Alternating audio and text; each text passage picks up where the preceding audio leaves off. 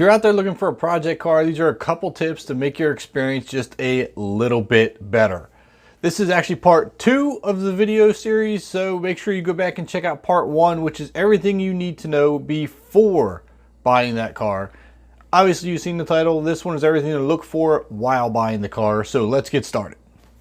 Alright, so you answered all the questions from the part 1 video. You know what you want, you know what you're going to do with it. It's time to actually get out there and buy that car. But one more thing you need to do before you leave the house, and that is do enough research to find out what that car's common problems are. So let's just say this. I'm going to throw a car out there, for instance, say you're looking for a Fox body. And it's important to know what the common problems for these cars are. And I say that because if you don't know, you're going to come into a real big surprise down the road. Like many people I know have, and like, I didn't know this car had this issue and now I gotta deal with it and I don't know how. So just for an example, the Fox body Mustangs have an issue with the bottom of the strut towers rusting. They tend to have these what looks to be just a little bit of surface rust, but truth be told, underneath the entire bottom section of the strut tower is going to rust out on you, and you're going to have a hell of a time patching that thing up. You might even have to buy a whole new strut tower, piece the whole thing together, and it's just going to be a disaster. It's not something you want to deal with. So that's something you want to look at, see if it's a rust-free car that's never been touched, or maybe it is rusted out and somebody repaired it. It's something that you definitely need to look for. Now that's just examples of one car. Almost every car out there has a common issue, whether it's structural like the Fox body, maybe you got a car that has a common electrical problem, a harness or a sensor or something that's always going up. You want to do your research on that, find out what that is, if it's been an issue prior to the owner, if he's repaired it, if it's not been an issue as of yet. Always good to know the history of the car and these common problems. Alright, so now you've done all that, you are ready to get out there, buy the car. And this is where it starts to get exciting, because you see a physical car in front of you, you're ready to buy it, but you're getting too excited and you got to reel yourself in a little bit and take it all in. Now, if you're buying an old classic car like my Nova, there is a lot to go over. So I don't see common issues being a problem, because everything is an issue. It's a 50-year-old car, so you have to look at rust in every place. Rocker panels, wheel wells, signs of rust under the paint, repair work. So basically you're starting from scratch at this point.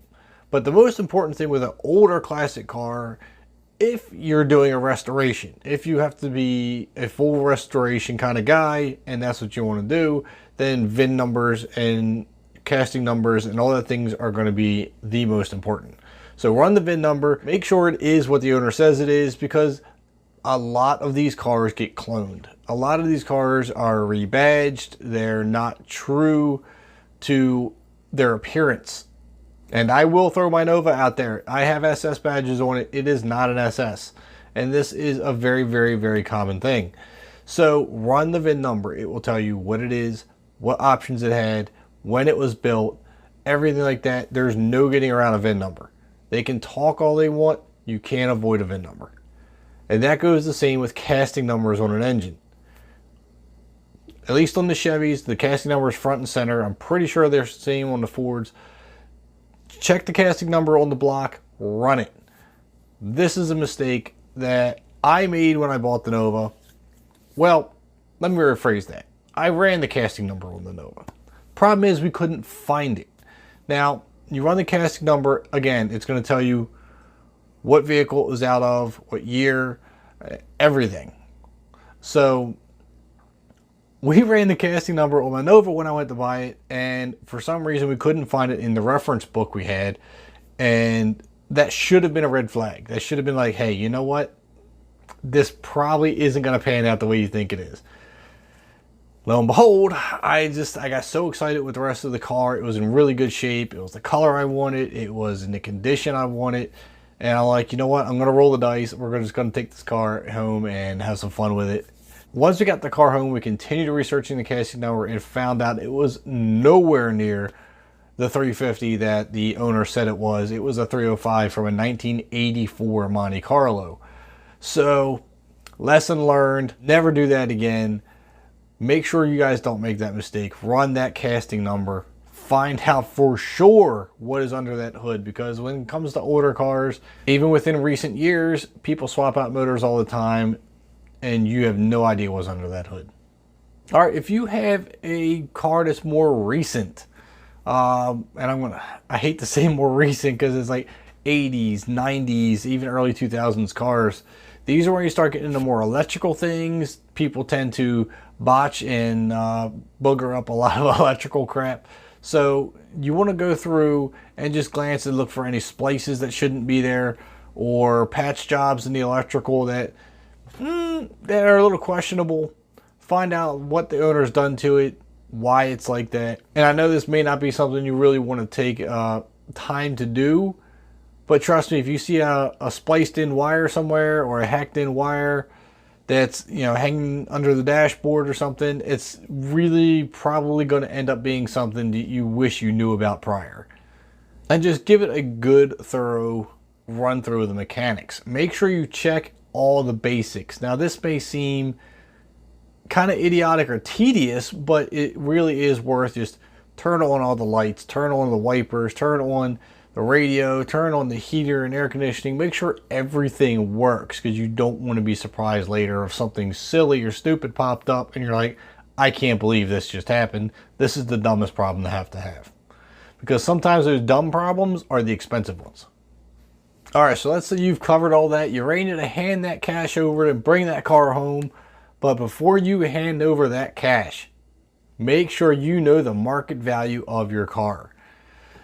This is where people will price gouge or take advantage of a certain trend, and you just say, you know what, this car I saw on, we'll say, Barrett Jackson auction. Oh, this thing went for $20,000, $30,000, and that's what they're asking for, but that's in the most pristine, restored condition, and whatever the deal is. And really the car you're about to buy is only worth $2,000 or $3,000. They believe they're sitting on this needle in a haystack, barn find, worth, you know, hundreds of thousands of dollars, and it's nothing but a pile of scrap metal. Make sure you do yourself the favor and find out what the market value of your car is that you're purchasing. It tends to fluctuate a lot over time, so you don't want to just hand over X amount of money because, you know, this is what the guy says it's worth. If you've covered all these bases and you're happy with the car, you're happy with the way it looks, you're happy with the price, hand over that money, throw the car on a trailer, get it home, and start building, because this is where the fun's going to begin. All the tedious questions, all the time of research is really going to pay off, and you're going to have a much, much happier time with this project car, and you'll be much more motivated to actually work on it and get it done. If you made it to the end of the video, please give it a thumbs up. Thanks for tuning in. Hit that subscribe button and that bell notification. And I have a lot more coming with a full recap of the Nova build from top to bottom.